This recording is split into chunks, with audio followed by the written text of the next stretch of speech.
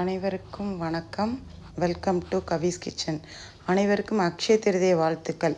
இன்றைக்கி அக்ஷய திருதியை முன்னிட்டு நம்ம கவிஸ் கிச்சனில் செய்ய போகிற ஸ்பெஷல் ஸ்வீட் அக்கார வடசல். அது நம்ம எப்படி செய்யலான்னு பார்க்கலாமா?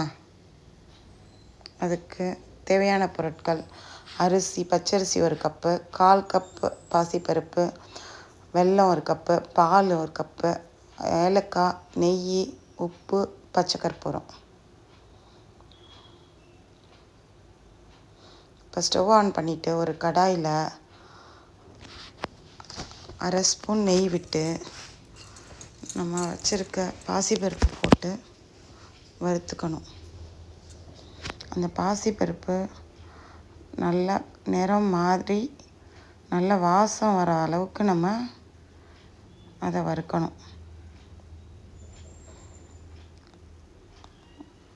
இந்த ஸ்டேஜ் ஓரளவு கலர் மாறி இருக்குது.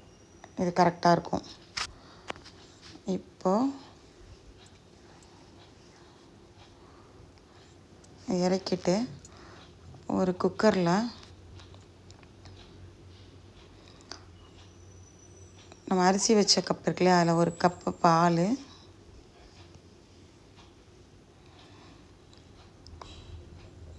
3 கப்பு தண்ணி, மொத்தம் 4 கப்பு. 1 கப்பு அரிசிக்கு 4 கப்பு. நம்ம பொங்கலுக்கெல்லாம் 1க்கு 4 வச்சாதான் அது நல்லா சாஃப்டாக வேகும், குழஞ்சி வரணும். அதுதான் அளவு. பால் கொஞ்சம் சூடாகணும். சூடானதுக்கப்புறம் அந்த அரிசியையும் பருப்பும் நம்ம போட்டுக்கலாம். இப்போ கொதிச்சிருச்சு. இதில் நம்ம வச்சுருக்கிற அரிசி, கழுவி வச்சுருக்க அரிசி,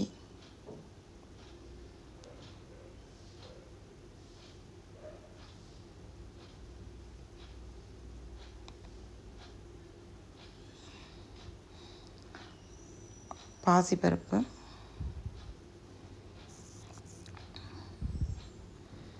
ரெண்டும் போட்டு நம்ம மூடி ஒரு 3 விசில் வர வரைக்கும் வச்சா 5 நிமிஷம் சிம்மில் வைக்கணும்.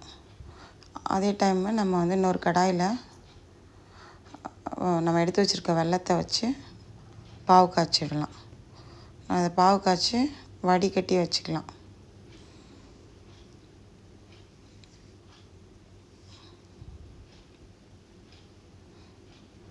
இப்போ வெந்துருச்சான்னு பார்ப்போம்.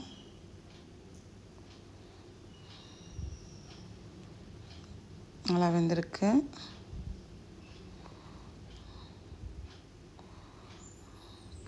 இது நல்லா கொலவாக இருக்கணும். பார்த்தா இந்த அரிசிலாம் உடஞ்சி நல்லா கொலவாக இருந்தால் தான் பொங்கல் டேஸ்ட்டாக இருக்கும். நல்லா நம்ம ஒரு மரக்கரண்டியை வச்சு நல்லா கிண்டி மத்து மாதிரி மசிச்சு விட்டோன்னா அரிசி வேகாமல். இப்போ இதில் நம்ம எடுத்து வச்சுருக்கிற பாகு, வெள்ளைப்பாகை ஊற்றுறோம்.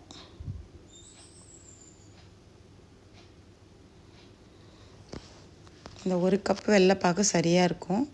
நம்ம அதை கொஞ்சம் கொஞ்சமாக, ஸ்டவ் ஆனில் இருக்குது, நம்ம கொஞ்சம் கொஞ்சமாக இதை சேர்த்து கிண்டணும். எல்லாமே சரியாக இருக்கும். பாசிப்பருப்பு இருக்கிறதெல்லாம் அடி பிடிச்சிரும். அதனால் நம்ம அதை நல்லா கிண்டி விட்டுக்கிட்டே இருக்கணும். இப்போது ஒரு பிஞ்ச் ஏலக்காய்,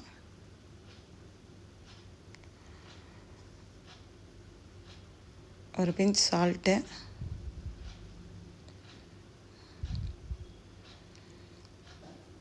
துளியோண்டு ரொம்ப கொஞ்சமாக பச்சை கற்பூரம் போடணும். பச்சை கற்பூரம் தான் இதுக்கு டேஸ்ட்டு.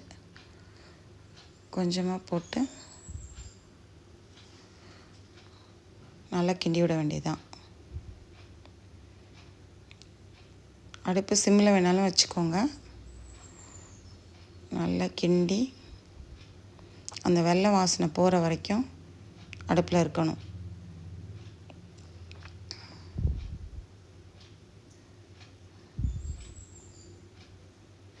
இப்போ ஒரு ஸ்டவ்வில் நெய்யில் வறுத்த முந்திரி திராட்சையை, இது கொஞ்சம் தாராளமாக நெய் விட்டுக்கலாம்.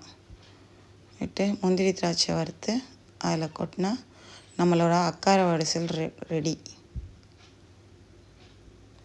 எப்படி இருக்குன்னு நீங்களும் செஞ்சு பாருங்கள். செஞ்சு பார்த்து சாப்பிட்டு பார்த்துட்டு கமெண்ட் பண்ணுங்கள். லைக் பண்ணுங்கள், ஷேர் பண்ணுங்கள்.